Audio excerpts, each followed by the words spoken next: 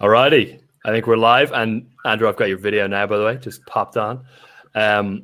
Claire, can we do a little sound check there?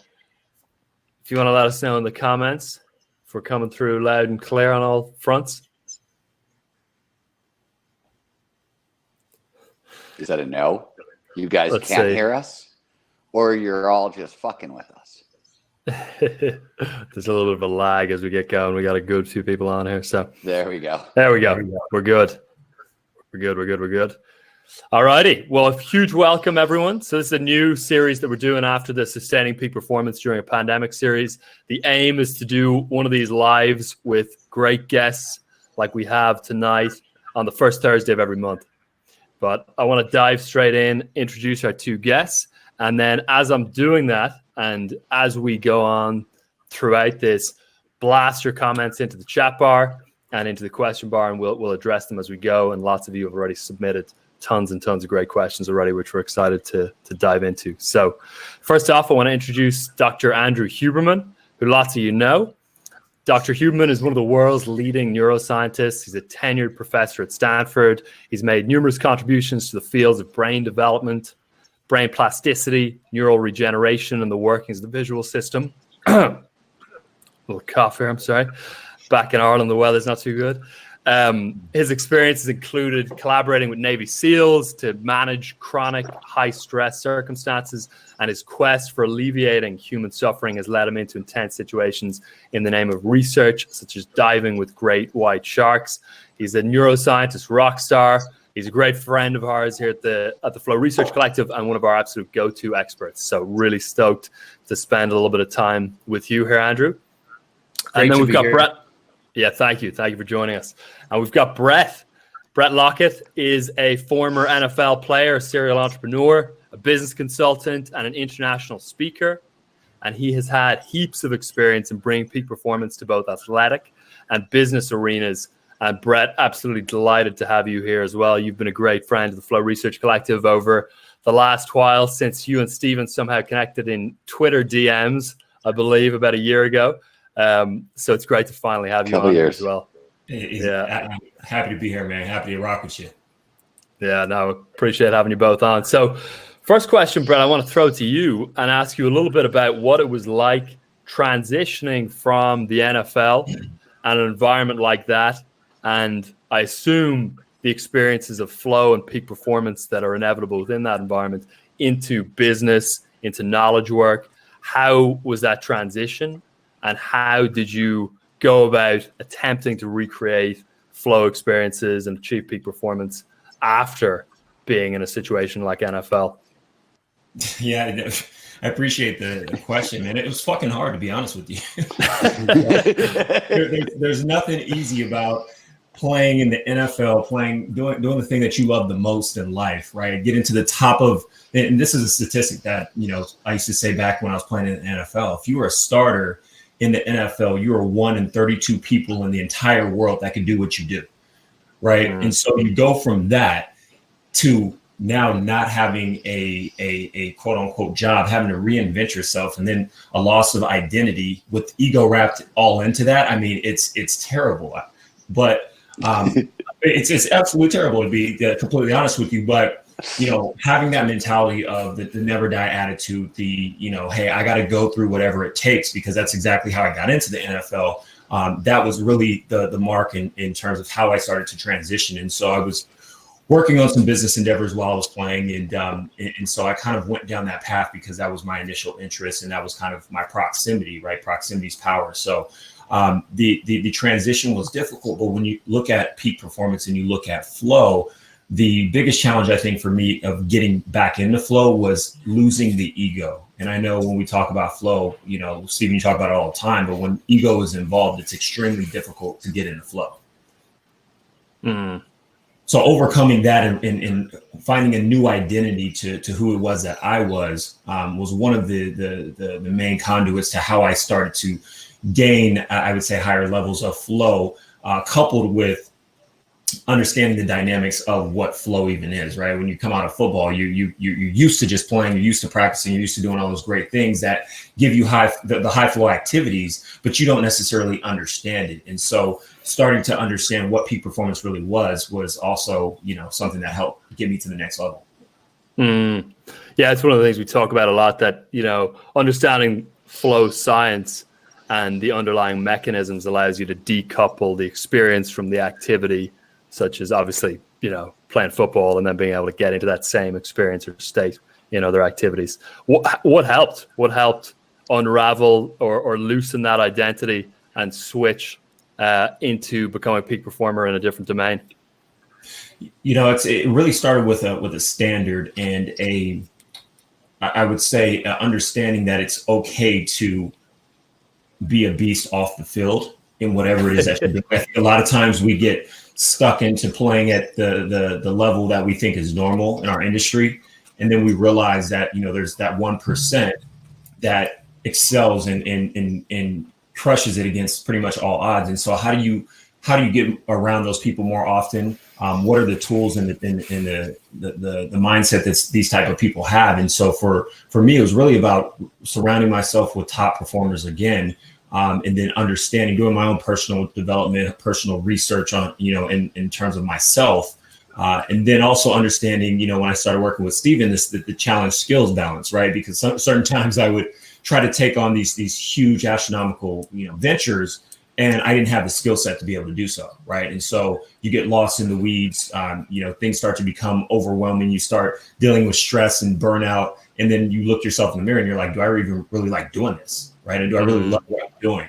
And so really aligning myself, and I know we talk about the habit of ferocity a lot, right? But aligning yourself with what really drives you and motivates you to actually, create impact in this world is really the main thing that's allowed me to kind of get back on this path. That makes Bret, I want to dive into. I want to ask you something. You brought something up that so we know flow shows up way more if you have mastery, craft mastery, skill mastery, right? All that stuff. I also think, though I haven't seen research on this, maybe Andrew can comment. I think it is a lot easier to dial down ego when you actually have mastery than it is when you're trying to get somewhere. You sort of need the ego out front to sort of drive you there, right? Because you're not quite there. You're trying to fake your way there. And I find when you're in that situation, so I often wonder when we talk about the needing mastery for flow, if some of it is just literally like the confidence that dials back the ego and gets the prefrontal cortex out of the way. No, you're exactly right. It's the fake it till you make it syndrome, right? It's the affirmations, I'm a billionaire, I'm a billionaire, I'm a billionaire. And then you look in the mirror in your web, studio and you're like, no, this isn't adding up, right? And so there needs to be some correlation of reality to where something is actually tangible, that it's real, that you can actually believe it's happening, right? And so that was a big thing for me, getting out of my own way, getting the ego out of the way, and just getting into the actual activity is difficult. But reorganizing my day, understanding when you can access flow, when are the better times to access flow, has really kind of taken my productivity over the last, call it 6 months, specifically during COVID, to the next level. That's interesting, bro. The voodoo works. I like when the voodoo works. One of our t-shirts. Andrew, I want to just ask you generally about this phenomenon. I know, Andrew, you're friends with lots of athletes, and you're in these worlds and within peak performance. Do you see this phenomenon a lot, where you take an elite performer from one field and they are able to transition to another field and completely crush it and dominate in that field? And kind of what is underlying that, do you think? Yeah, it's rare in science, because people in science is one of those careers. I was told the day I got my lab, I was told 3 things, all by very prominent scientists. One of them said, "Congratulations, welcome to schizophrenia," because suddenly I'm managing people, I'm managing budgets, you're doing tons of things that you weren't really trained to do. So you get just thrown into the deep end of the pool of running what is essentially a small business. So in science, it's really sink or swim. And occasionally you'll come across a scientist who does something else really well, like a couple other things maybe, but usually no, especially for people who are just trying to manage a scientific career and a family. That's usually just a lot, more than enough. But when you look, so yeah, I do some work, group to, the elite special forces. You work with, I'm doing some work with athletes now more and more, and people that have changed careers. And what you find, I think, is that they're very good at observing, and they are comfortable going slow at first. So they might have that ferocious tone underneath the surface, right, that Bret was talking about, but they're very observant. And I think learning to be an observer of your field, whatever field that is, and really learning the culture is essential. Whether or not you agree with the culture or not, all cultures and career cultures have issues. Just really being a good observer, because they're going to be a certain set of basic skills you need to learn, but you got to throw yourself in. And without going into a lot of detail about it, when I was a kid, I got very involved in like skateboard culture. I was always listening and watching for how was it done? I wasn't trying to mimic it, but I just, what is the industry like? What are the dynamics of the amateurs and pros? When I got into science, I always looked at people who were one step ahead of where I wanted to be. And it was sort of like, as an assistant professor, I always tried to behave a little bit like a tenured professor. As a tenured professor, I'm trying to behave a little bit like somebody who's been in the field for 10 more years than I have, while still taking care of the duties you need to do. So you should always be looking up a couple rungs while also focusing on the rungs you're trying to climb on the ladder, because you don't want to ever land in a culture you don't understand. And so the best way to do this, to make it practical, is to ask a lot of questions. And you don't want to be careerist. I think the people that are really good at moving from one career to another, they don't have this careerist, what I like to pick on the pre-meds. No pre-med mentality. Pre-med mentality means I don't care what the answer is, just tell me what I need to know so I can move forward and just get the A in whatever field, so I can just perform well. You want to have a very curious, thoughtful nature about the field you're in. Learn everything you can about the field you're in, but that doesn't mean you have to do everything. So last example would be like right now, Stephen was teasing me, I'm not completing, but I'm working on a book. And I love— That's a euphemism, right, Andrew? Yeah, exactly. So I'm learning about the publishing world, right? I'm learning about who does what. Stephen will tell you, I'll call him sometimes. I just want to learn. Just inform me about the world I'm in.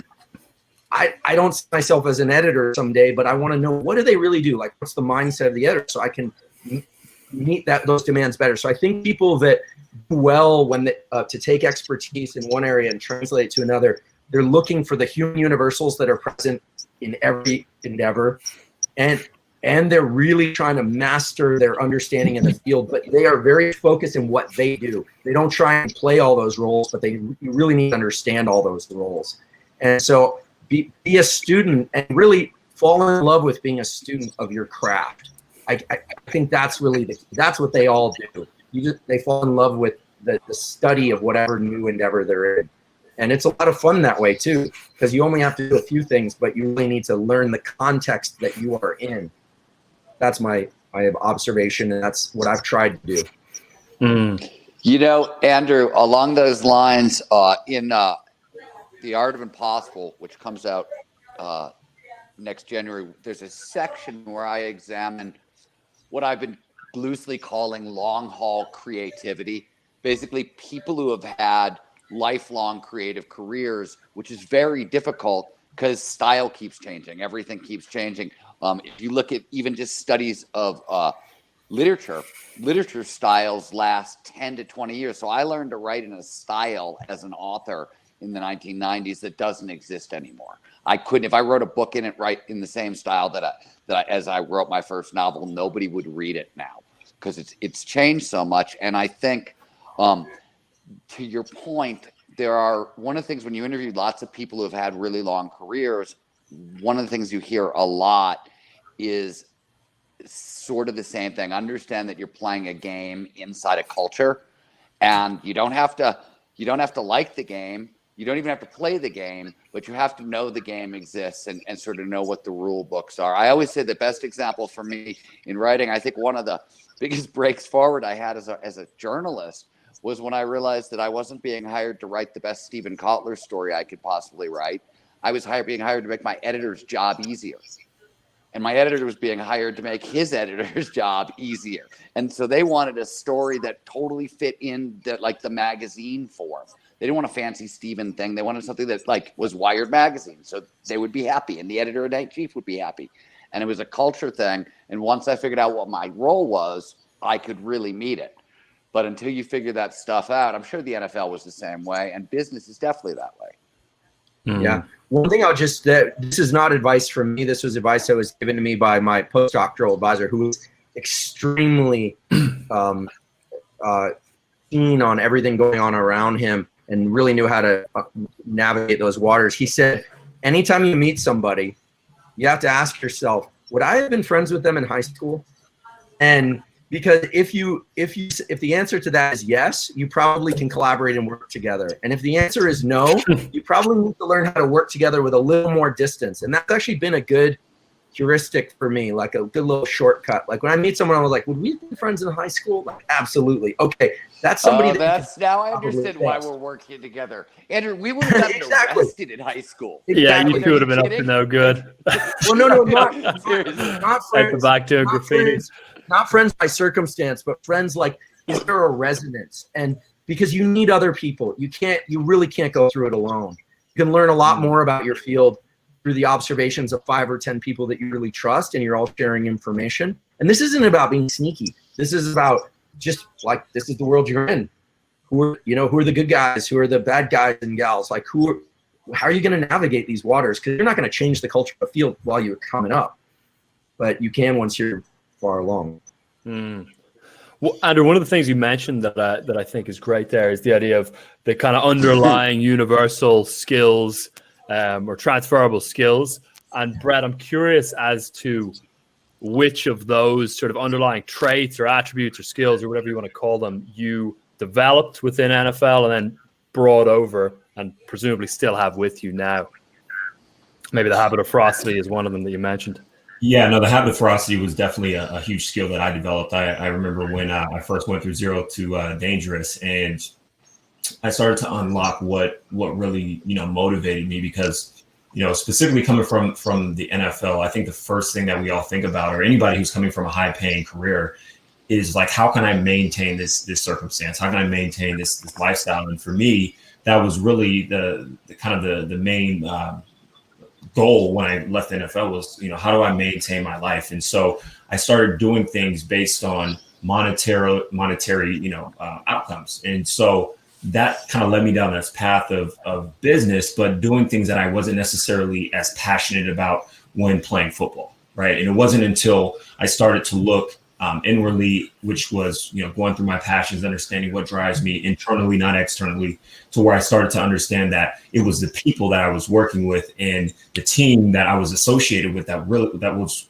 what made me excited and happy about playing football. It wasn't necessarily, we love the big hits. We love, crushing a guy, getting up and listening to the crowd yell, but it was the relationships in the locker room. It was the relationships on the practice field. It was, laughing at the dumb things that Bill Belichick would say in some of the meetings, right? Which is what made the game of football so fun, right? It was those relationships. And so going into, where I'm at now, I understand that, it's the relationships with guys like yourself that are really the fruit of our labor. It's if we were doing this thing by ourselves, it'd be extremely boring. I tell you one thing, I wouldn't be any smarter than I was playing football, right? And so we need this community, which is what Andrew's saying, of individuals, smart individuals with an interesting perspective to be able to grow on and build on those ideas.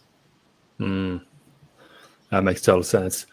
The money piece is interesting in terms of what you mentioned earlier around ego. And Andrew, I was curious as to whether you could kind of break down or tussle apart two different sort of forms of ego there. One is, I think, the kind of identity or, overarching view of oneself Antonio Damasio sort of refers to that as the autobiographical self. And then one is the actual loss of the sense of self, let's say within a flow state. And I think that they are somewhat distinct from one another. Could you help us they are distinct. Clean up my description? Yeah, they are just. I'm just going to take 30 seconds because I think my statement about high school and friends, based on the comments, threw off a lot of people. I'm not saying you're supposed to find the people that you would have been friends with in high school. Lord knows the people I was friends with in high school, also many of them are not doing so well. Some are, some aren't.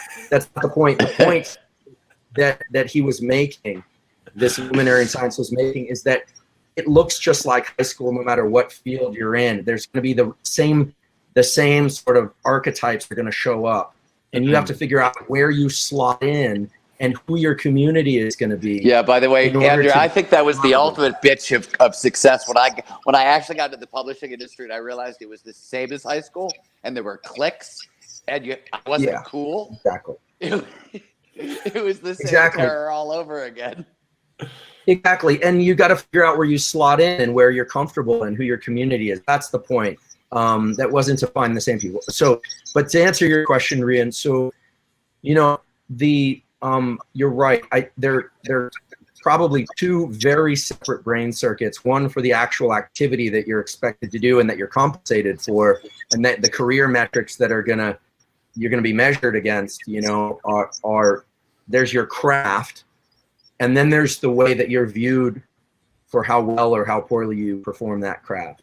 And so I think it really speaks to the key importance of being able, this is the ego, dismantling the ego, or temporary dismantling the ego that Bret's referring to. You have to be able to set aside people's perceptions of you and focus on learning your craft, right?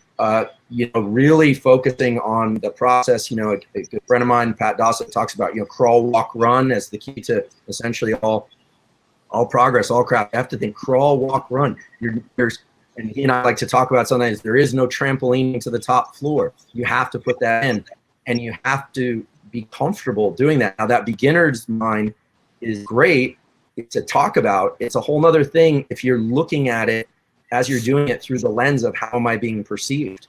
And one thing that's been useful for me is to really be explicit about the fact that I don't know certain things of course, it's every stage, and then you learn and then you know. So my graduate advisor was very sage.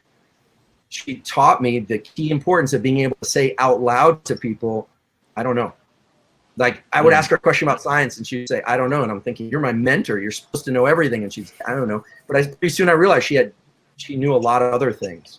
And she had an amazing ability to find knowledge and was a great resource for herself and for others. So I think you have to separate the craft from your perception of how people perceive you. It's actually called theory of mind. Simon Baron-Cohen, Sacha Baron Cohen's brother, incidentally, Borat's brother, talked about the theory of mind, which is my perception of how you perceive me. It's a very human, very complex operation. You have to put aside your theory of mind to drop into your craft. And the irony is that, and the beauty of it really is that people's perception of you is going to be in direct relationship to how well you can set aside their perception of you, right? This means I have to think, I have to set aside what people are thinking and just focus on the crawl, walk, run, the craft. You have to learn your craft. And if you're craft focused, there's a brilliance to that over time and you improve. Neurobiologically, Andrew, the Rian, I want to go back to something Rian said that was in his question. He was talking a little bit about the difference between the sense of self that we lose in flow when the dorsolateral prefrontal cortex dials down. Probably a bunch of other things happening, but this is just Charles Lim's research. Versus the theory of mind self. Those are totally different circuits, correct? Totally different.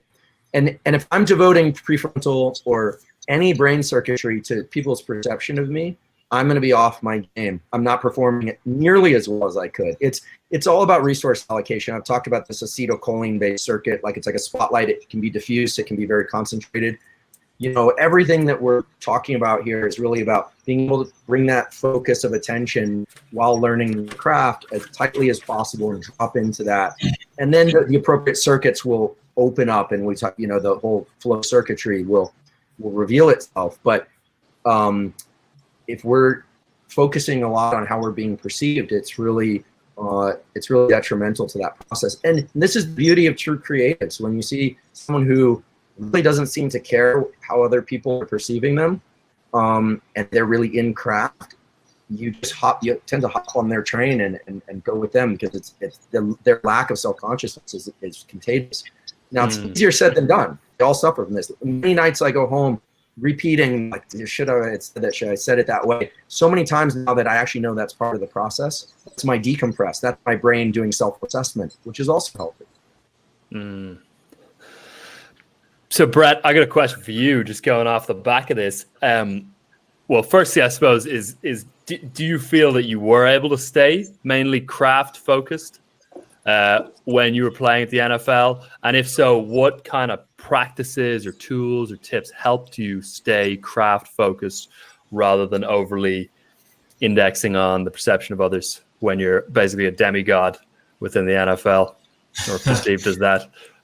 Yeah, you want to think you are, but you get there and you realize that you're replaceable very quickly. And so you start to understand that, my last practice, my last game is only, a reflection of how good I was. And so you start to fixate on maintaining this level of peak performance day in and day out. I remember when I was, when I first got into the league and I was playing on the Patriots, and it'd be like a Tuesday or off day, and I come into the facility to, get some ice and stim and, just take care of my body. And I would see players in the dome, and coaches actually running these players through drills as if they were going to sign them, right? And so every week in the NFL, they're bringing players in to see if they can outperform players that are already there. And so it's this constant shuffling of peak performance, right? And it's like you being, in your field, and every single week you have, your employer brings somebody in to see if they can replace you based on abilities, right? It's absolutely terrible. And so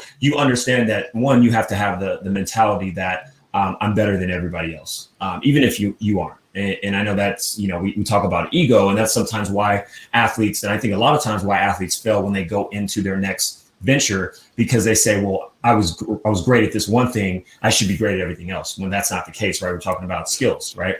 The second thing that you start to realize is I have to start developing a competitive edge. I need to start understanding what can I do differently than everybody else to stay in this game. And when you look at what I was doing, I was constantly taking care of my body, constantly getting massages. I was getting 3 massages a week at one point to make sure that I could sustain, the level of impact when you're taking these shots in the game. And so you quickly realize that it's all about, everything is about how good you are every single day you show up. And it's not about necessarily getting, 2 or 3 or 4% better. It's about getting, a 0.1% better, or a 0.5% better, right? Because you understand that there's nothing that you can do outside of control everything that you can control. And that's the main thing, I think, when you're looking at top performers, is they focus on what they can control and they eliminate everything else. Kind of bring it just down to the small window of I can't control whether coach decides to put this guy in instead of me.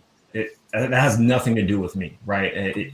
Dave, for instance, I'll give you a perfect example. When I was on the Jets my last year, they drafted a guy in the second round. I don't know what his signing bonus was. It was probably $500,000 or somewhere upwards of that, right? They put him in, even though he would mess up day in and day out. They would consistently put him in because they wanted him to play, because they had already paid for this guy to play.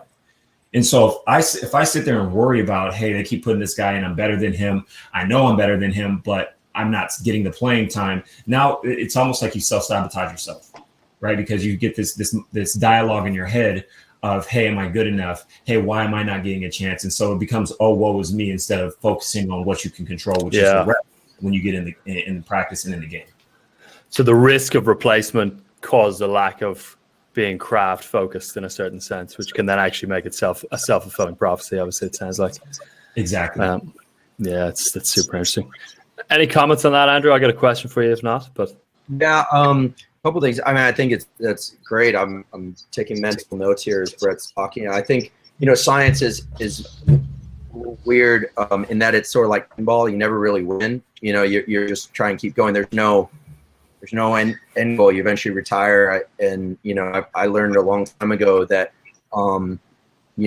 no grant money, no science, no nothing. It doesn't matter if you have tenure or anything. A lot of people don't realize this. So it's a pretty brutal career. The funding lines they never change. They never get much better. And they're only the top, 25, 30% of grants are going to go through. And so what you realize pretty quickly is that you're always on the chopping block. Maybe not to the same extent that Bret was talking about, that it's on a longer time cycle. But the way to deal with this, I think there are two things. One is people have been asking a lot in the questions about how do you develop that focus. And one thing that I've been talking about a lot lately, and I think still works, is I've been training for years, is you can use your visual focus to guide your cognitive focus. And so how do you do this? Well, when I was a student, I would just sit there, and my so-called meditation was how long can I maintain a fixed gaze, allowing blinking on a crosshatch across the room. Where's my break point? And trying to extend that a few minutes each day. I mean, the brain follows visual focus because those two things in front of your face your eyes are actually two pieces of brain. They're not connected to your brain. They're actual brain sticking outside your skull, and they guide through these structures called the frontal eye fields, the rest of your focus circuitry. And it translates. So if you can maintain focus for X number of minutes, that's how long you can maintain cognitive focus. And it's okay if your mind flickers on and off. Have a training. If you're really interested in building these skills up, have a program for this. Now, if you're very excited about something or interested in it, you're naturally going to engage these frontal eye fields and the associated circuitry. So you don't have to do that, right? But that's the difference of caring or not caring. But we all know that in any career, there are going to be a lot of things that are not valuable or we think aren't valuable to us. We're going to be expected to listen and learn and pay attention. So you can build up your duration of focus. The other thing is learning to tolerate discomfort in that, because Steve and I have talked about this a lot before, being able to tolerate high levels of agitation in your nervous system and not react to that is so valuable. This is why I think things like ice baths, cold showers, those are teaching you, they're giving you a physically safe wall that you hit, and you're seeing if you can extend past it. I never liked the last reps of a set example. I think it's a stupid example because it doesn't translate to what we're talking about. When I'm lifting a weight or something, I'm in like real exertion and like really trying to hammer it out. That is not what it's like to try and endure something that's uncomfortable. It's a different kind of pain because it's more of like maximum force exerted. This is more about learning to be still in the face of agitation and internal stress. The thing I think that's going to translate best, being able to stay situationally aware, stay awake. And that's about learning to be calm within the adrenaline response. And that's a gate to a lot of powerful things. So in any event. Andrew, can I interrupt you for half a second? Just because I can ask a clarifying question in there. Yeah. Sorry, there's a little bit of. Do you think it's true? So I agree with everything you just said. What I was wondering is, do you think learning to tolerate internal agitation is something that was especially hard for you? Meaning, like, when I think about personally, when I want to train that same sort of like the getting comfortable with uncomfortable, I usually do something like I'll put on a weight vest and hike uphill. It's not a strength training workout in that. It's just a constant like uncomfortableness that I have to live with and continue to march through. Right. Because the weight example is an artificial, it's the one everyone defaults to, but it's not the right one in my opinion, because there's only a maximum amount of force you can provide and then you can't continue. Whereas when you're walking uphill with a weight vest or you're feeling discomfort in that burn, the quit reflex, we now know there's a paper published in Cell last year, not by my lab, showing that as an animal or human accumulates trials of something, eventually they quit because the level of norepinephrine, which is adrenaline, in the brainstem, not from the adrenals, in the brainstem, it's a certain threshold. And then the animal or person just quits. That's it. They quit. It's literally a quitting reflex in the brain. It's the I quit reflex. And so if you can learn to push past that or to stay calm and keep that level of noradrenaline or adrenaline below that threshold and continue in forward action, then you're doing something pretty remarkable. and you're building that threshold higher and higher, and it does translate. Remember, the beauty of Mother Nature is she built neural circuits that are very generic, so they could apply to any situation where this agitation is coming into play. One practice I haven't done, but again, I'll reference Pat Dossett. He told me about this. I think it's called the hour of pain, where you're supposed to sit in a contorted position for an hour and just endure that. I've been very curious to try that. I'm curious if anyone's tried it. I think it's called the hour of pain. But that's one that, I think, again, all you have to do is just move, right? That would relieve that. But so there's a translation across these different domains. And look, Bret is an elite athlete, right? And so the way he was talking about taking these scenarios from football and just conceptualizing them and translating them, that to me really speaks to the cognitive component, that we can use our thinking brain too to say, this is just like the discomfort of not knowing if I'm going to get, second stringed or, sorry, I'm using the wrong nomenclature here. And you can translate that to anything. So thinking about your craft is really key, and really understanding it to being able to do that translation. It's not just all physical. Andrew, I have a question about that. How important are our goals? Because a lot of times we get stuck on our craft and we're getting locked in on maybe understanding, one component about it, but we lose focus of the larger goal, or maybe we don't even have a goal. It's just like, hey, we're learning this. Yeah, I can relate to that because, I often forget, like when people say, like, what's the big mission? What are you really trying to do, Andrew? It's kind of, a lot of times I'm like, well, okay, I'm trying to publish this. Like, I'm very like incremental goals. And so the goal, defining those big goals is key. I'm a big believer in setting those internal rewards and those milestones that are closer in. And this is I believe if there is a secret sauce to high performance, it's understanding crawl, walk, run is non-negotiable. Just don't even try and beat that. You won't. Not with a device, not with anything, not with a supplement, nothing. Can you break Crawl, that down walk, a little more, Andrew? Crawl, walk, run. Crawl, walk, run, I'm borrowing again. I think I'm quoting Pat a lot, maybe because we've been spending a lot of time together recently, but he's a former Navy SEAL, is now in the business sector. But he talks about crawl, walk, run. When you look at communities of people that do incredible things, there's this kind of perception that they're superhuman, but all of that is built up on gradual accumulation of new skills, layering down a foundation that is like paper thin, until eventually it's building high. But there's no trampolining to the top. It's crawl, then walk, and run, everything. Now, what you were asking, Bret, in terms of setting goals, the key is every time you lay down a thin layer of foundation that you get some level of mastery. I'm a big believer in tickling that dopamine circuit, so that what you're actually rewarding is setting those milestones, or what we sometimes call moving the horizon. Pat and I in those discussions, moving the horizon. So you're trying to build up incrementally, and if you're thinking about the degree or the Super Bowl ring or the giant payday or the things you're gonna get, that's the wrong way to think about it. The right way to think about it is small goals, but reward them. Like, okay, I'm grabbing rungs. As long as I'm grabbing rungs, metaphorically speaking, grabbing rungs and looking up and keeping going, rewarding the grab and pull process. That's growth mindset. That's Carol Dweck's growth mindset.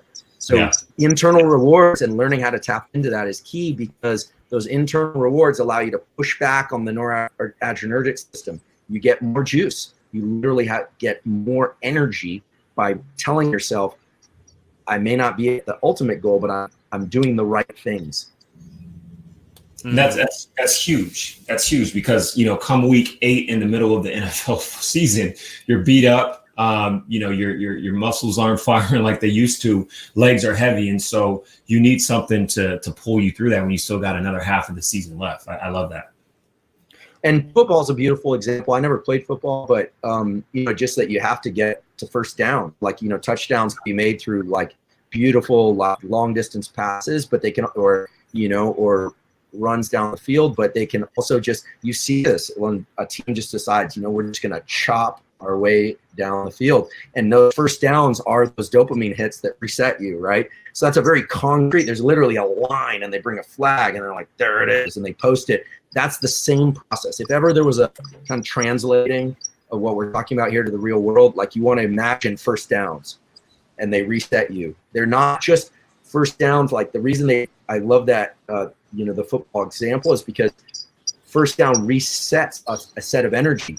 But think about it, you're exerting energy over and over. It should be decremental. When you get a first down, it's like it becomes a little bit sawtooth, right?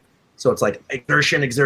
First down, you got a little bit more in you. First down, and my proof that it has to be neurochemical is you look at the team that wins the Super Bowl or any game. Both teams have been grinding the entire time. What happens to the team that wins? They've got energy to jump around like crazy. There must have been something in the reserve tank. So I love that. Andrew, or Bret, this is an open question. Goal setting theory, and Kit asked this in the questions, says that you want to have 3 levels of goals, right? You want your mission statement for your life goals. Then you want what are called high hard goals, right? Mission statement is I want to be the greatest author in history. High hard goals are I want to write this book.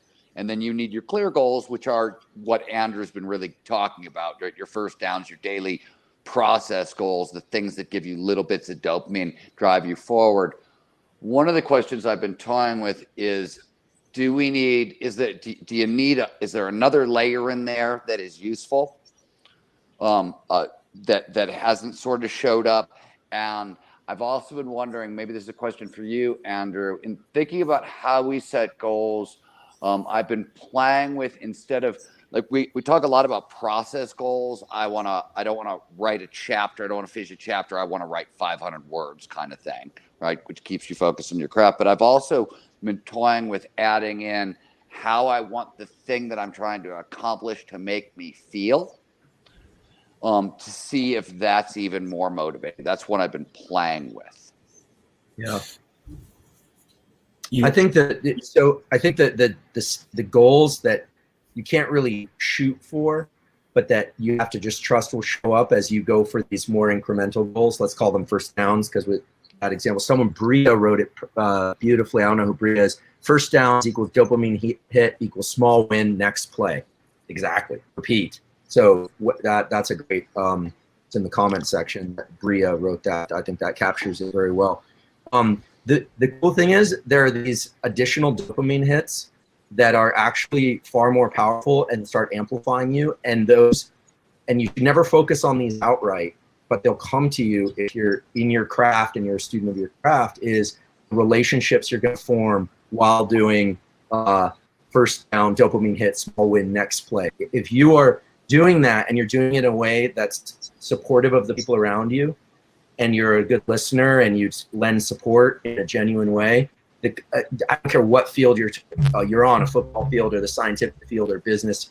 The relationships that form around that, everybody, I've got friends who are Nobel Prize winners will say it was all about the relationships, but not like that's what they were trying to attain. That's like it's almost like there's like a dopamine plus that is the social bonds and the connections that you feel. And it's amplifying, because then the next time you walk out on the field and you see those people, it's a felt thing.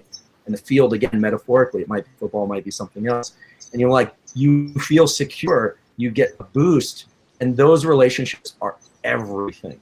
I'm telling you, because there comes a day when Andrew, those first downs don't come. Those are important.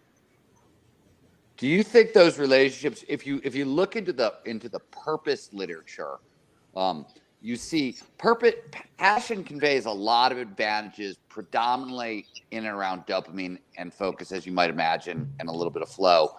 When you turn passion into purpose, you get a whole bunch of other stuff that doesn't normally show up. And a lot of it seems to relate to the fact that you're getting a hell of a lot of more social. Purpose involves other people. By definition, purpose is something outside yourself. It involves other people. And it seems to give you more. You said earlier you think it's all neurochemical. Is that added drive you're talking about? It's not really dopamine. It's all the other social neurochemicals. Yeah. And I mean, there's oxytocin and serotonin, right? That's what we're talking about there. Yeah. And, without going too long, Mother Nature has that second set of reward systems that are more about us feeling really safe.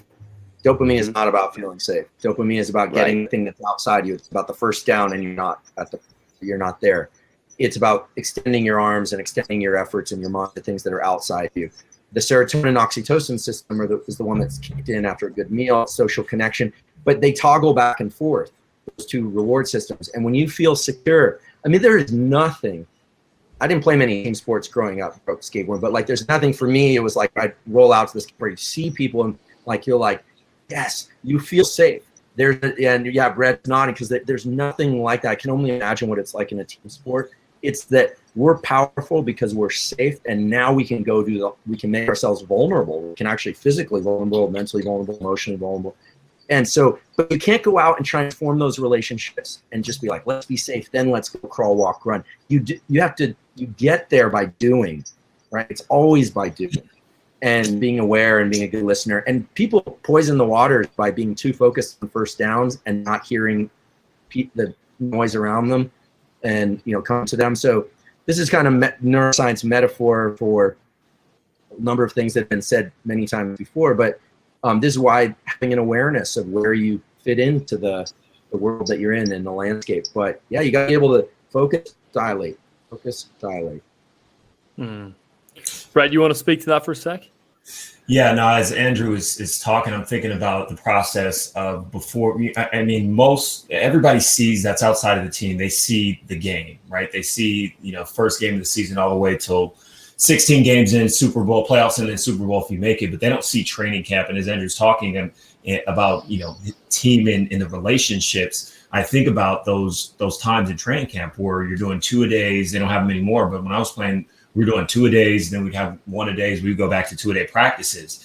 And during that time, it's the relationships that drive you, because if you're just doing it for yourself, whether it's your family that's behind you, that's pushing you, your mom or dad, or your children that you have, you're doing it for some type of relationship. A lot of times you're building these bonds during training camp. And that's really why finding your identity in training camp is so important for a team. I know coaches talk about it a lot, and NFL is like, we need to find our identity. And that's why practicing and deliberate practice is so important during those critical stages of developing a team, particularly when you have a new team or a new head coach, or for instance, like Tom Brady's on the Buccaneers this year.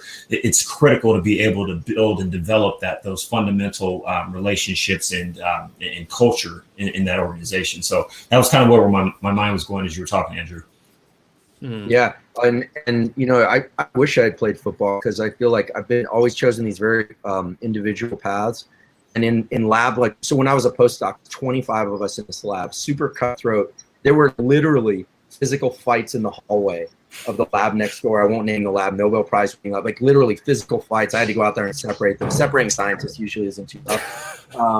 So crazy stuff, because it's such a pressure cooker.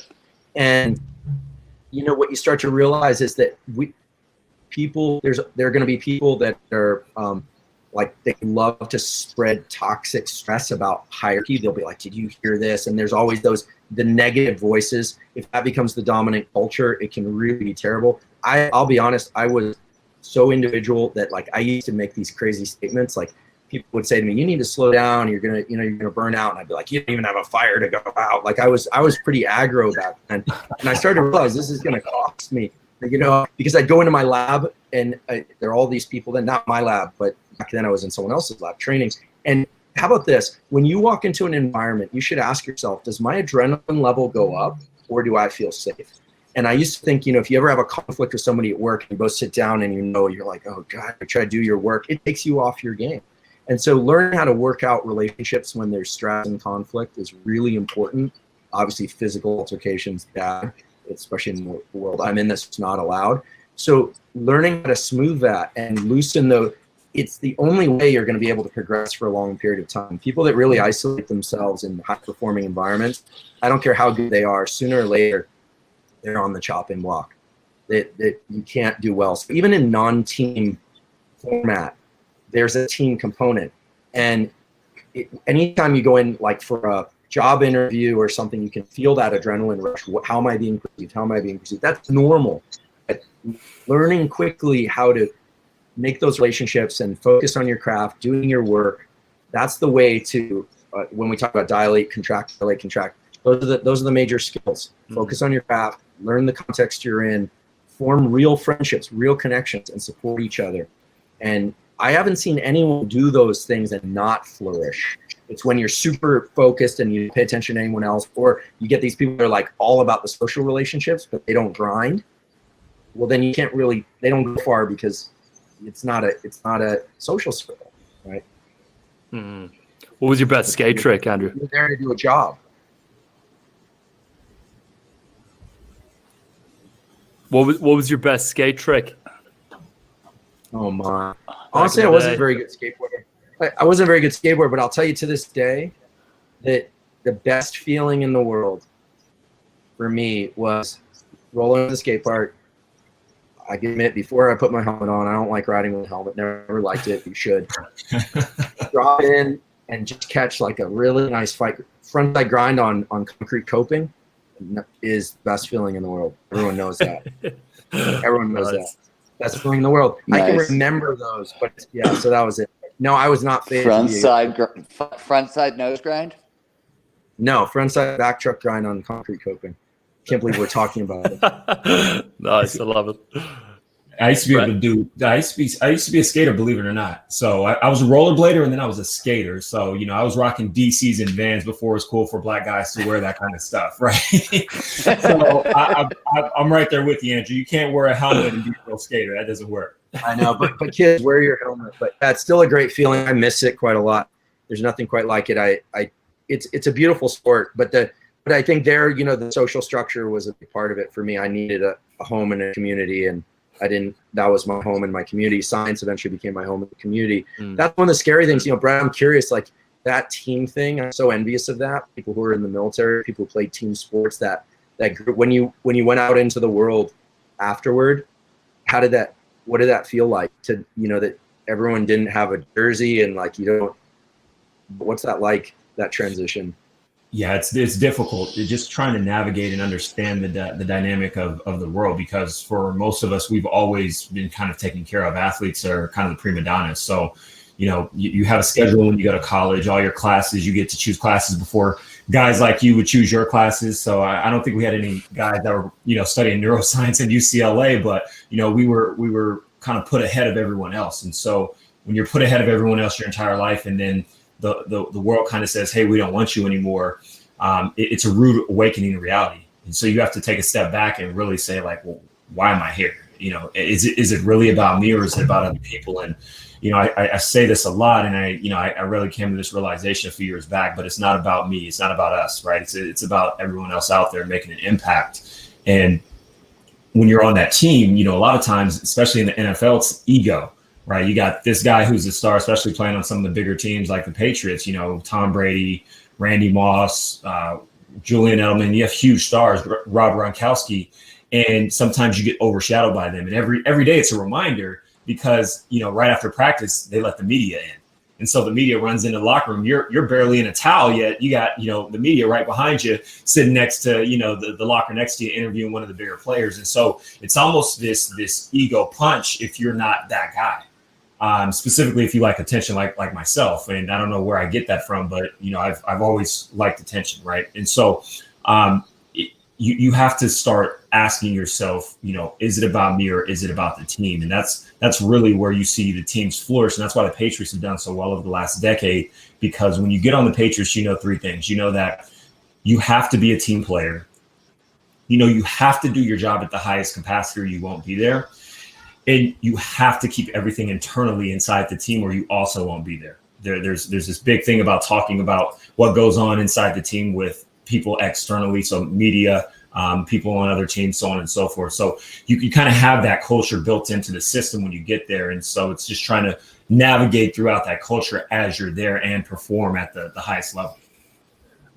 Bret, now that you've been, I don't know how many years you've been kind of studying and learning about peak performance, what are some of the main things you would go back and tell your former self when still playing now that and that you wish you'd known back then?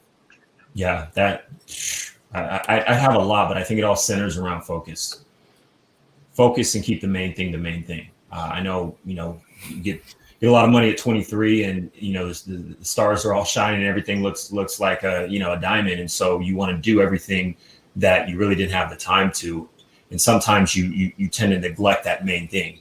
And so when I look at my career and I look at what I had done, it's like, hey, if you had just focused a little bit more, if you had eliminated some of these distractions and made sure you took care of the on the field activities, you may still be playing, because there's still some guys that I play with that are still in the NFL, right? And yet, injuries and things of that nature come into play. But I think there's a certain energy, and Andrew was talking about this, about getting small first downs. If you continue consistently to get these small first downs, throughout your life and throughout your career, it builds momentum in your life. And when you can't get that momentum, I was hurt. I was injured 3 years in a row in the Patriots. So first year I tore my groin at the end of the season. Next year, come back, I tear my pectoral muscle. First practice of the season, out for the year. And then third season, I come back and I tear my groin, right? And I look at everything I was doing in between there, and there wasn't a consistent focus of, hey, I'm going to become the best NFL safety as humanly possible. And so the main thing in anything, and I think Andrew can attest to this outside of several other things, is focus. Focus. My younger brother's 20. He's 21 now. He's a professional rugby player here in Ireland. And so I'm curious from that perspective, what were the main distractions? What are the things you would have blocked out that would have helped you enhance focus and keep the main thing? There's a component of being an athlete to where you're not just an athlete, but you're also a brand, and you start dealing with, sponsorships and, wanting to have someone manage you and trying to do those type of things. And sometimes that can get in the way of performing at your ultimate height. And so, being able to delegate, being a master delegator and finding the right team is crucial to your success immediately. Finding the right team in terms of professionals who can help you take care of your body, whether it's a masseuse. Tom Brady, the reason why Tom Brady is played for the last 20 years, there's a guy named Alex, and I forget his last name, but Alex is his kind of masseuse. He runs his company called TB12 right now, which is a supplement company. But Alex has been taking care of his body pretty much his entire career. And I truly believe it's one of the reasons Tom is still able to play outside of a little bit of luck. But he has a team of professionals that are constantly around him. Also habits and routines. I don't think I really had a habit. Some days would be a little bit different. But just having that routine that you constantly stick to, and finding ways to tweak it so that it doesn't get mundane and you still get those dopamine hits, particularly going into games. You need a certain level of energy to be able to perform. So there's a few routines that I may have shifted and changed, particularly centered around, exertion and things outside of football. That I would take back, but really just building a routine and a habit and constantly having a feedback loop. I don't think I had a feedback loop. That was the big thing. It was like you kind of go through it, you do it, and the feedback loop was whether you played well or you didn't play well, but you didn't have a feedback loop of what you did during that week. But like I didn't take a look back and say, okay, what did I do this past week that led to me playing the way that I did? Right. So more reflection, which is tough for at that age, I imagine. Interesting. It is. I think everybody needs that throughout whatever it is that they're doing. You need a constant feedback, regardless of what industry you're in. Totally. No, that's super interesting, Brett. Andrew, you were going to mention something there? Yeah, you'll have to forgive me because I've got a hard stop at 4. So I want to say just a couple of things before I log off here. First of all, thanks for having me on. It's always a delight. I'd be happy to come on and talk more anytime these guys invite me. Second of all, it's an honor to talk alongside you, Brett, and to learn. I think the football example really works. And the first downs, I just want to make one point, which is that first down is dynamic. You get to control where that first down is. It's not, they aren't fixed line in the regime that we're talking about. We're exporting to the real world. And with that, I apologize for having to log off, but I promised a hard stop for a hard start so that I can be punctual, which is my new goal in life. So thank you. Continue. Thanks, boss. Thank you, Andrew. You're a rock star. Appreciate it. Talk soon, Andrew. See you, Andrew. Take it easy. Close them off. Alrighty. You got a little bit, Brett? Yeah, of course. Yeah, we're good till 4:30. Oh, sweet. Okay, great. Brett, I wanted to ask you there, and it's interesting you mentioned feedback already. But what does the NFL get right in terms of flow triggers? And what do you think you could have benefited more from in terms of flow triggers? And then off the back of that, what were some of the biggest flow blockers that you had to overcome and work around? Yeah, the big thing with the NFL is they help give you, I would say, individual flow triggers, novelty. Each week is a little bit different. Obviously, you're playing a different team, so we have a new game plan. We have new installations for that game plan. There's new key players that we're focusing on and targeting from stopping that week. So you get that novelty from day to day. The risk reward is extremely high. The difference between you going in to make a tackle and you going in to try to intercept the ball or go block a ball is huge, right? One is, hey, I can secure the tackle and we can line up and do it again. The other one is, hey, I take a risk because I think I can get this ball. And if I miss this ball, this guy may go score a touchdown and we can possibly lose this game. And so there's a huge unpredictability factor in that. And then you also get an immediate feedback to where you're like, hey, that didn't work. I probably shouldn't go in and hit this 250-pound guy that hard again because I'm feeling it in my head. So there's that, right? And then the goals can't be more clear when you're talking about individual flow triggers. There's a very clear goal. It's win. Point play period. It's win or you will not be there. And so I think those are some of the main ones. You could also talk about the autonomy. Even though you have a team sport, there's this huge autonomy factor that each position has to play their part. There's 11 guys on the football field on each side of the ball. 10 guys can do their job precisely. They can crush it. One guy does not do his job the proper way, and it can be the difference between a stop or a touchdown, right? And so that it's critical to have that.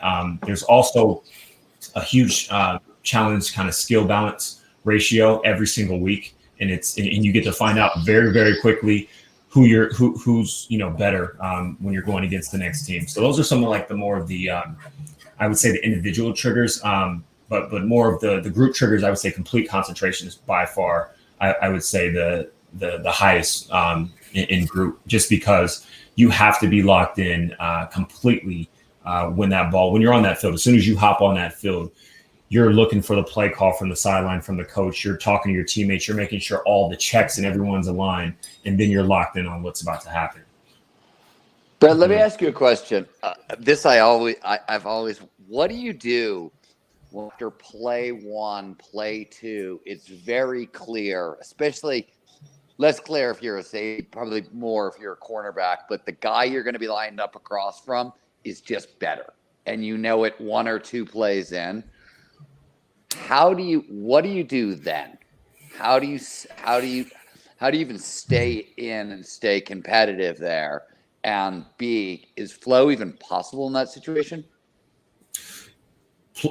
Flow, that's a great question, Stephen. So flow becomes extremely difficult when you're skeptical or you're fearful, because essentially if you're not confident, it's fear, right? It's fear that this guy's better than me. It's fear that this guy's going to beat me, or I'm not going to be able to hold up my role.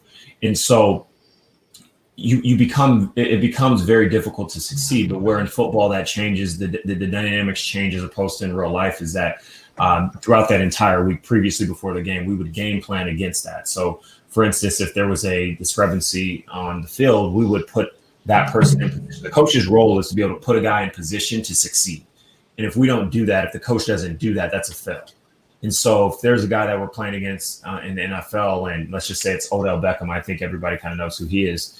That guy you don't want to leave alone on a one-on-one matchup, because he'll take advantage of that every single time. And so we would game plan around that to give that guy support, which is, sharing in some of that risk. Right now there's two guys on there. If he scores a touchdown, well, there's a problem now because we planned for it. To answer your question, Stephen, it becomes physically impossible to succeed if you play fearful.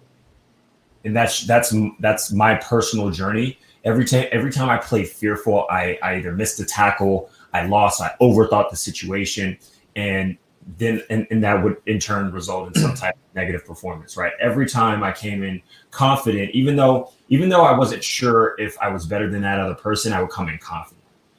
And I think that is kind of the main metric of first is preparation, then it's confidence, right? Because you can't be confident if you're not prepared, right? If you didn't do the homework and you come into the game, you're going to be you're not going to be confident just because you didn't do the work, right? So I think there needs to be Fear, I mean, fast twitch muscle response slows down. Sure. Right? We become stiffer. You lose flexibility. And by the way, the same thing is mirrored on the cognitive side, right? When you're afraid, right, you instead of fast twitch muscle response, you get tight feedback loops and an inability, but essentially the mind gets gripped one way or another, and it has a huge impact on our physicality. Right. And then it's interesting, by the way, that there's a way that the system is designed to share blame in that situation. It's the coach's fault that which is a helpful mitigation there. And a lot of times the coaches don't want to take the blame, but it's like, well, why would you leave this guy? We know he's not better than him. Why would we leave him one-on-one, right? Or it can be a situation where there's a play called and the coaches just happen to not make the best play call, or maybe the other team made a better play call, and then we get exposed, right? There's a mismatch clearly, and then we get exposed. And so it's just kind of this weird feedback loop of, and I wanted to ask you this, or I guess I wanted to make this statement more or less, is that the feedback loop in the NFL is a touchdown, right? Or a missed play or a missed opportunity. But as that game goes on and there's more and more mishaps, the fear, I guess that gap of fear increases, right? Because now you have to go back on the field and do it all over again. It's first, second, third, and fourth quarter, right? So if I've been getting crushed the first quarter, getting crushed the second quarter, I got to go back now and do it all over again, right? And so you got to find a break. You got to try to find a play where you make a play to start rebuilding that confidence. And that's why it's about those small first downs. It's about building that momentum. For sure. It also, that in a lot of athletic situations, you have to dial down the challenge level, right? You cannot do that in a football game exactly, but like what if you're really, really gripped, like skiing is a really good example. If you're having if you're trying to find flow and you've been chasing it on, pushing it, and you're not getting there, back the fuck up, go to like intermediate stuff and dominate, right? Like calm down, go do something. And you can't do that in a game situation. And you often can't do that in real life situations. Action sports sort of affords that for you a little bit because you can choose your terrain. Obviously, surfing, the terrain is dictated for you, but you can choose, that as a skater. You can choose where to go. You don't have that as much in team sports. Though you can't game plan for it. Right, you're right. And you can't game plan for that in business either, right? There becomes this difficulty when hiring the right talent, because the last thing you want to do, I think the average hire, if to hire someone in any organization is about $4,000, whether they succeed or they don't. And it's how do you find, the right talent, and how do you put them in the right situation? Because do you hire for talent, or do you hire for people and then train the people as you get, they get on board? And I think there's circumstances for both, but I think you need to understand what kind of business you're running to do that. I think that's true. I think that's smart. Bret, in terms of flow blockers, did you find at any point cognitive load being a challenge, whether it was remembering drills, actions, and having an excessive amount of information you're trying to hold? Yes. Simplicity is intelligence, right? And when you look at, game plans, we would put in, sometimes we would overload that week in game plans, and you would see a lot of mental errors on the football field. I'm not going to say that I think everybody's smart in their own right, but certain people shouldn't be put in certain situations where they have to think past their current level of abilities to challenge skills balance. But there would be times where we would put too much into a game plan. And then after that first quarter or first half, coach just throws that out of the game plan and goes back to the basics. And sometimes, we tend to overthink or I would say complicate situations, when sometimes we should stick with the thing that's made us good in the first place. So that definitely happens. Not as much in drills, because by the time you're in the NFL, cognitively you've been doing that same thing over and over and over. You're talking about playing football from 9. I played football starting at 9 all the way till 23 when I was in the NFL. So I had about, give or take 12 to 13 years of experience. By that time, I can run backwards faster than most people can run forwards, right? So you start the I would say the physical doesn't become the difficult part. It's the mental. Mm. Bret, did you notice the ability, because football, probably more than other sports for all the reasons you just talked about, game planning, requires you to onboard a lot of knowledge every week, a lot of information. It's bounded, it's inside the discipline, but it's a lot of new information. When you left the NFL and moved into business, did that rapid onboarding of information translate, or was it a football specific thing? No, it was definitely a football specific thing. I had to pretty much learn how to be a nerd because playing football, it became easy to me. It was like a game, which I think everything we can kind of turn into a game, but it was very X's and O's. It was very, visually based, where, business isn't necessarily visual as much as it is understanding concepts and understanding how to apply and how to communicate properly. There were a lot of nuances that correlated, but there were definitely a new underlying fundamental layer of knowledge that I had to understand.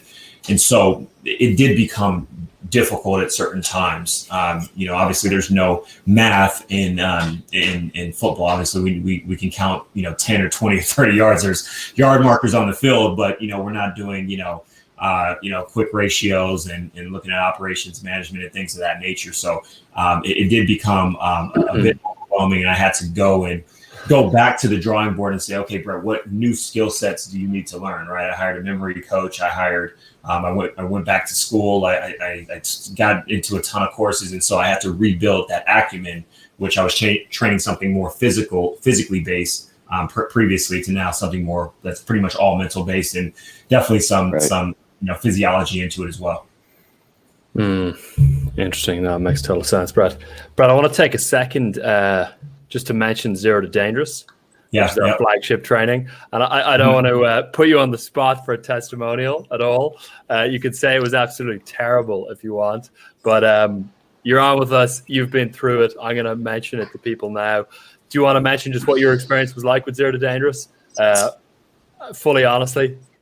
Yes. I'm always happy to talk about something that's life-changing. For me, I think playing at a level like the NFL, you look for something that can help you get to that next level in life, and whatever it is, right? We all want to be our best selves. And, there was nothing that really kind of helped me catapult myself to the next level until I went through Zero to Dangerous with you guys. And, first and foremost, the group of individuals that were there were just top caliber, great individuals from all around the world. And that was just amazing in itself. But being able to work together with a group of individuals who wanted to push an initiative forward, which was to make an impact and help people live a greater life of significance, was something that you don't get around very often. It's contagious. And so, that was kind of the first dopamine hit, quote unquote. And then we started going through the actual program, and, whether it's, unlocking your intrinsic motivators, or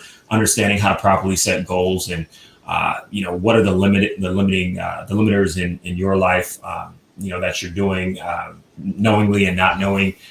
It just really took everything that I was doing to the next level. When I came out of it, I was almost 3 to 4 times more productive than what I've previously been. And that's to say a lot. So needless to say, if you haven't done Zero Dangerous, or if you're on the cusp about it, if you're thinking like, hey, this is the thing that I may need to get me to the next level, I can tell you 100% without a doubt that it's something that you need to enroll in. It's life-changing. And if you want to play at your best, not just today, not just next year, but over the next, career, or next part of your life throughout your career, it's a must-have.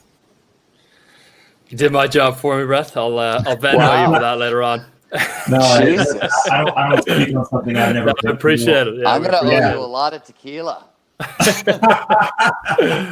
I appreciate the comments, Bret, big time. And I just want to let people know that you guys can apply for Zero to Dangerous through the link. Let me just change it there. Make sure it's the right one. And we have some slots open for consult calls to see if it's a good fit. Next week, we're fully booked through the rest of this week, but you can book a call through the link with our team. They'll run through it all in detail with you for 30 minutes. And then in Zero to Dangerous, you get the opportunity to work one-on-one with one of our peak performance coaches. You also get a whole content library over 8 weeks that you go through to learn about these tools and techniques for hacking flow and improving your performance. And then you also get weekly access to group coaching facilitated by our PhD level coaches for life as well. So if anyone's interested, you can click the button and submit an application and book a call here. But yeah, appreciated you being in the program as well, Brett, and appreciate those words about it.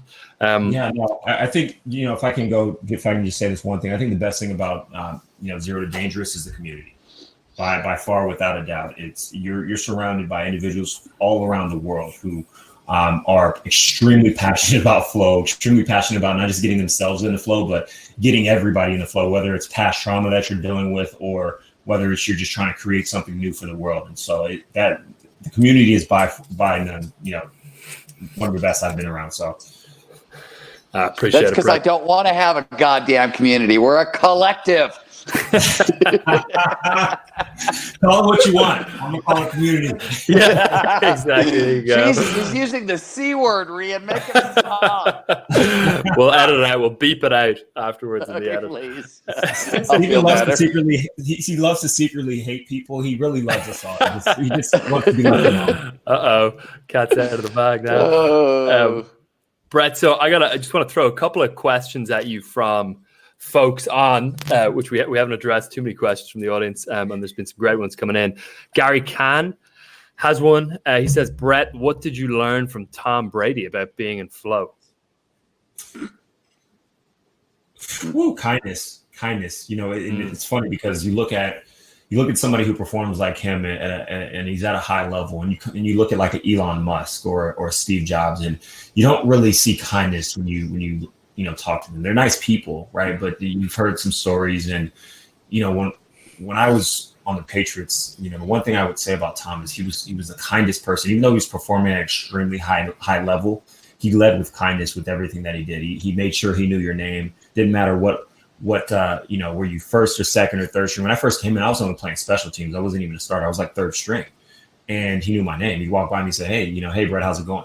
Right. And so kindness and humility, I think, goes a long way, especially when you're leading a community. When you're leading, I know Stephen hates to see where when you're leading a team or an organization. The next thing I would say is his hunger, right? When I look at the top people that have been in my industry, and when I look at some of the people that I currently around, they're hungrier than anybody else around them. And a lot of times it's because they want to prove people wrong.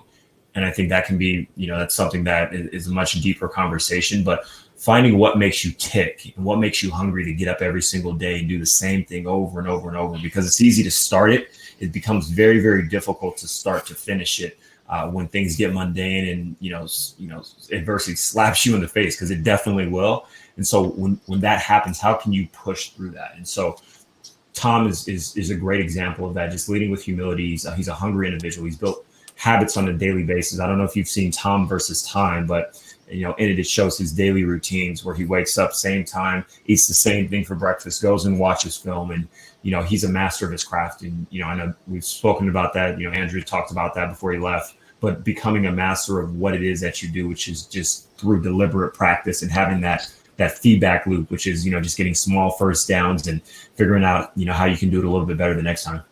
There's a Tom Brady quote I love, which is, if you want to compete against me, you better be willing to give up your life, because I'm giving up mine. And everybody hears that and thinks it's like, oh, I'm going to, what he's really talking about is I've got my fucking habits. I am going to, every minute of every day is going to go towards me being better. And that, I relate to that comment so much, and I like that comment so much, and I think it's so true about top peak performers. Peak performance is always a checklist, but being able to hit that checklist every single day for weeks and years, on end, to actually kind of get where you want to go. That, to me, right, that's why you sort of need that habit of ferocity. So funny, the ferocity isn't about aggression, right? It's about the ability to just attack every day and not let the boredom and the mendacity of it swallow you sometimes. Which is one of the difficult parts. It's the most difficult part. It's waking up and doing the same thing every single day. We know, in training camp or just in the off season, right? You're working out 4 times a week. Nobody's telling you, this is the crazy thing. Nobody tells you have to work out in the off season in the NFL, right? You don't have a coach next to you. You don't have a trainer that's, positioned to you in your certain state or city when you go back home. You have to wake up every single day and go out and train, either hire a trainer or do it yourself. Most people, if you're smart, you'll hire a trainer, right? You don't want to do it yourself. But there's a lot of guys that don't, and you see those guys fail during the season because they weren't working. They weren't doing the quote unquote things that were a necessity to succeed in the off season. Yeah, it makes total sense. That kind of monk-like discipline is key. Huge. Brad, I got another quick question for you. I know we got about just under 10 minutes left, so I'm going to rapid fire a few of the audience questions. Philip Carher says, does sports team flow and skills acquired, such as improv or creativity, transfer to group flow for groups developing creative ideas, presumably within business? In other words, does the group flow from the football field translate to the group flow of the business world, do you think? I do. I think that there's definitely triggers inside of both. I think that the shared risk component, when you succeed, it goes up, and I think the team becomes better. I think one big play can change an entire game, and it takes that one person to go above and beyond what they normally could do to make that one play, or just capitalize on the opportunity when it comes their way. And I think it's the same way when looking at business and in teams. Sometimes, especially in groups, whether it's project management or some other group aspect, you have, kind of the group dynamic, how, one person leads the group and everybody maybe follows, and then you have the small little roles inside that group. But it takes one person to step up and say something that somebody else may not have said that can completely change the way that group functions, or one person to maybe throw out an idea that no one was really thinking about, but then it builds upon another idea, and that group now becomes more dynamic because of that communication. And that's obviously a main factor in group flow, is open communication to where it's not frowned upon. And when you look at organizations, top organizations that have open communication usually do much better than those that don't. Mm-hmm. That makes total sense, Brent. Nancy asks, how do you deal with negative feedback? Well, I gotta, I guess, expand on that question. So is it negative feedback in terms of, constructive criticism, or is it, negative feedback like you suck, right? Those are two different things. Let's start with you suck.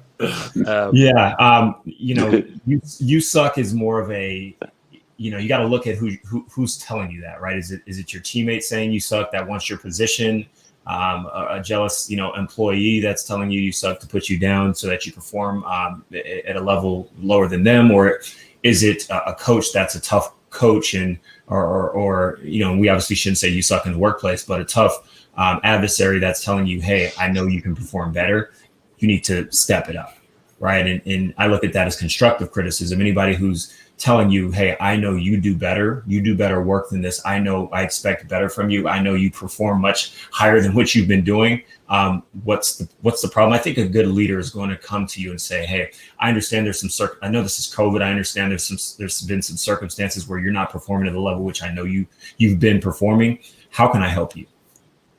Right? How can I be of service? How can I make you a little bit better? How can we make you a little bit more comfortable to where you can perform in this role? Because we like you, we want you around, we want you to succeed. I think those conversations are very different than, hey, you suck, right? And sometimes you have to look at the person and say, is this person someone that I really want in my life? And if it's something that you have to tolerate, well, we have to work our way around that and figure out what the best solution is to approach the situation. Mm-hmm. Love that. What's the biggest leadership lesson you learned in sport that you apply now or try to apply now? There's a lot, Stephen. I know you have a ton. I would say day one leadership, which is leading with yourself every day, and then also being a leader in terms of knowing that you're not the best at everything and being comfortable with that. I think some of the best people that I've been around that lead organizations and teams understand that they're not great at everything, but they are great at that one thing, and they compensate on the things that they're not great at. I know we just talked about Tom Brady, and I don't want to keep referencing him, but we know Tom Brady is very slow. That guy, I know linemen that are faster than Tom Brady, to put it in perspective, right? But he doesn't try to run the ball. He will if he has to, if it's a last resort, but he relies on everything else. He relies on his offensive line. That is one of the best offensive lines in the NFL to block, right? He relies on his arm. He relies on his receivers to get open. And so understanding that you're not great at everything is okay. But I would say the main thing is leading yourself to a victory. And it starts with every day waking up and doing the things that you're supposed to do, right? Securing your oxygen mask first before you secure anybody else's, because you can't lead anybody until you can lead yourself. Love that. One more rapid fire one, and then I just want to do some parting words. Chris says, can you give a little breakdown of your daily habits and routines now versus 10 years ago? Or let's say when you're, right in the bang, smack in the middle of, things NFL wise. Sure. Well, it's obviously very different. I would say maybe looking at some of the things that are the same, because back then you're an elite athlete. Now I don't have to be, I don't have to tackle 250-pound guys anymore. I may punch a guy here and there when he's not doing what he's supposed to, but, but no, I'm kidding. But, I would say that the big thing is still the training aspect. I think a lot of times when I first got out of the NFL, I was like, I don't need to work out. I don't need to train. I can just wake up and go do what I need to do, and I don't have to go to the gym, right? That was for football, right? And I started to realize, I was like, I would get burned out. I'd get tired. I wouldn't have as much energy as I once did. And I started working out. I started going back to the gym. I started lifting weights, and it actually helped me. It made me more hungry. It gave me more creativity. It gave me more energy. And so once you start doing one small thing, then you start doing the next. And I started eating a little bit differently. Stopped drinking as much. Stopped all the, the happy hours. You go out, instead of having 2 or 3 drinks, you have 1, right? And so I would say one of the bigger things is the time I wake up, right? The time I try to get my diligent work done, which is, I learned this from you guys, waking up right when you wake up, you go into work, right? So, I know Steven, as soon as he gets up, everything's dark, computer's on, and he's typing away. I kind of took that from Steven. And so right when I wake up, I wake up, I get water, and I go right to my desk and I start working from about 5 to 7. And, since I've been doing that, I've been getting more work done this year, especially during COVID, I think, than ever before. Let me ask you a question, Bret, about that. Because there's no time, there's no outside world. Right, you're on that when you go from like bed to desk and right into work, right? One of the biggest things is you're not checking yourself. You're not getting anything that's going to mess with your emotions. Your emotions are not getting involved. They're just neutral, and you're sort of like sleepwalking, and you sort of wake up and you're like, oh, I'm working. Oh, okay, this is what I'll do. And I think that sort of like, it's such a small thing, but like, especially times like COVID, have it media fasting, just saying, hey, for this little period of time, I'm not going to have an emotional reaction, because the minute you're doing that, you're burning so much more energy, and it's taking away the focus of the writing. And I think that like that little emotional component, I think, is so important to that whatever habit, routine, whatever. I want to buy a noun. No, you're right, Steven. I mean, it's been critical to my success this year, is being able to work and not get into the ego, because, specifically, me being an athlete, I've always had a challenge with, hey, are you smart enough to do this? And, that's come with some of the confidence issues that I would have, the conversations that I have in my head.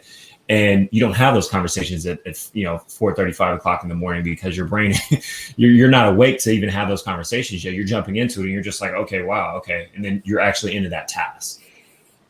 It's also, I think that's interesting about this is important. We know this. There's just so much data. You wake up in the worst mood you're going to be in all day. Like you will, like that first hour and a half, whatever, your mood is actually still depressed, right, from sleep.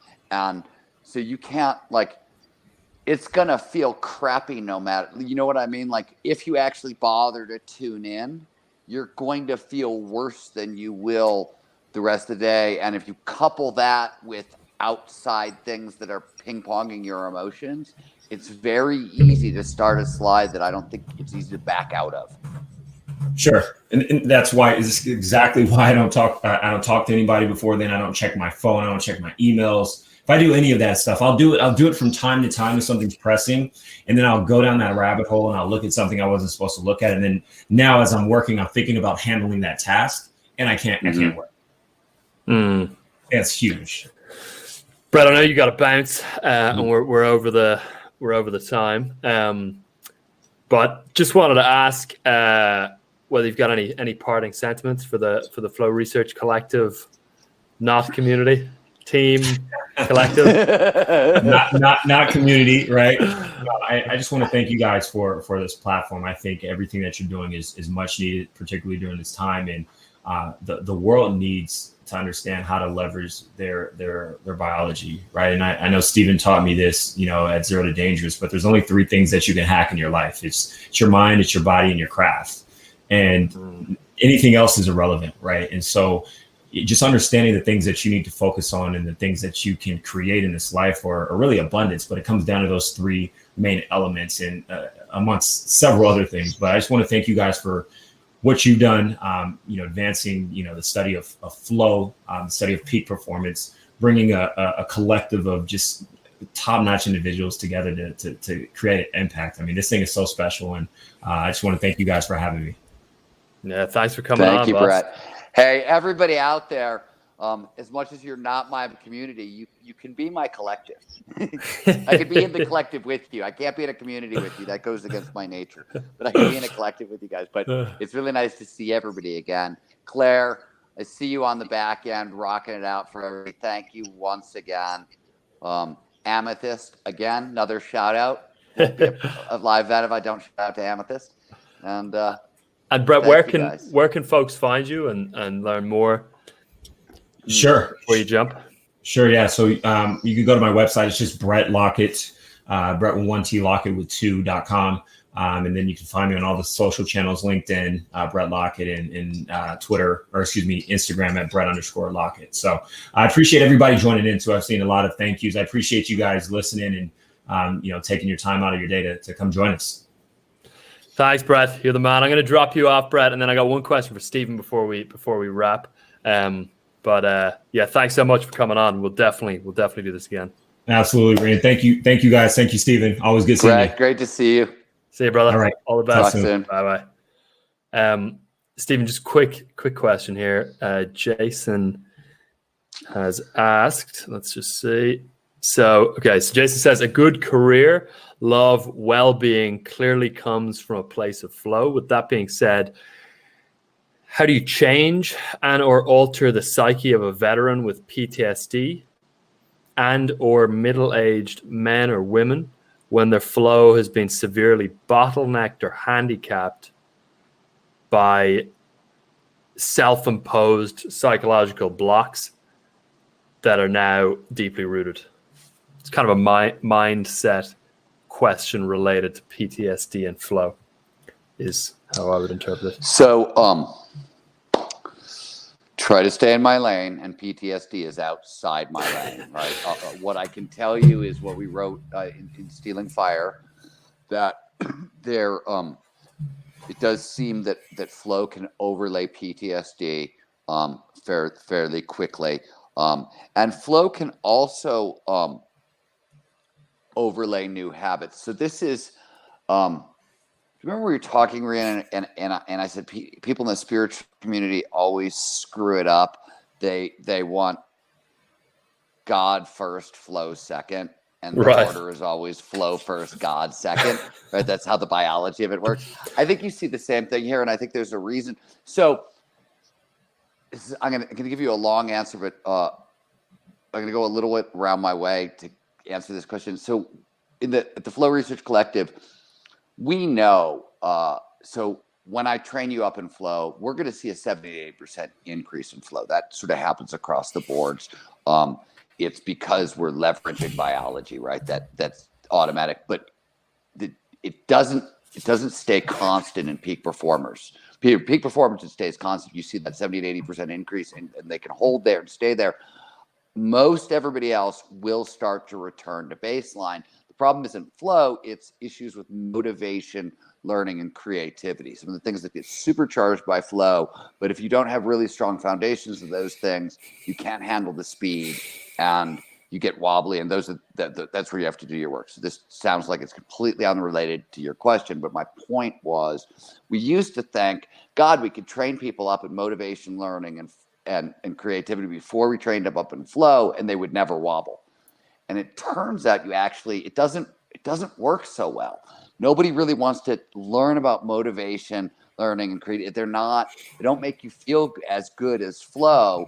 So you're not motivated to lay in the habits. Once you start getting more flow, then the stuff you need to kind of layer in motivation, learning, and creativity starts working. My point on all this is, you asked about changing habits. People who are very rooted in their ways. Oftentimes, the way to shake that up is almost counterintuitive. Send them back to a high flow activity from their childhood. Get the neurochemistry, the feel-good neurochemistry of flow reintroduced to their system a little bit, and then start layering in the habit change. I haven't seen great research on this at all. So some of this is me just poking at things. It's a really good question, but I am, from our experience training people around flow, oftentimes if you're really stuck in a rut, you want to reintroduce joy before you want to reintroduce habit change, if that makes sense. Totally. Yeah, it makes total sense. You want to wrap, Stephen? Or I hate you with another question? Wrapped. I cut off Bret. I said hello to everybody. I fumbled around with the words collective and community, and I put my foot in my mouth a couple of times. Yeah, I think that was a wrap. All righty. That was great. Thanks to everyone for joining. We had a great group of you all on. And we're going to be doing it again. What month is it? It's July. So next month is August. Yeah, we'll be doing it first Thursday of August. And that's going to be an ongoing thing. So huge thanks to you all for joining. Also, stay tuned for Flow Research Collective Radio. Going to be launching that soon. That's going to be a full podcast, downloadable, so that you can listen in addition to joining live. So, thank you all for joining, folks. Have a great month, guys. We'll see you in a month. Be good. See you guys. All the best.